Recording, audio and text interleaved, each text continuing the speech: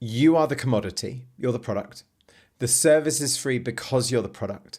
And the basic data that you create starts a kind of a ball rolling that creates you inside a demographic persona. And a demographic persona is people not necessarily like you, but people who are inside a category that can be useful to a political party, a brand, a politician, whoever. You are giving off information that is creating various different signals that you are or not in one category or another. And then the information that is being used to either influence your behaviour and how you vote, or what you're going to buy next, or whatever it is, can be matched, targeted to those demographic personas. And none of this you would know about, despite the fact that if you read the terms of service or you read the terms and conditions, it's clearly there. That's what cookie consent is.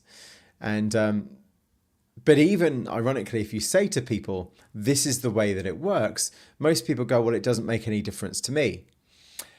Unless, of course, you fast forward that and think, is any part of my behaviour affected by other people's intent? And if my behaviour is affected by other people's intent, what was their intent?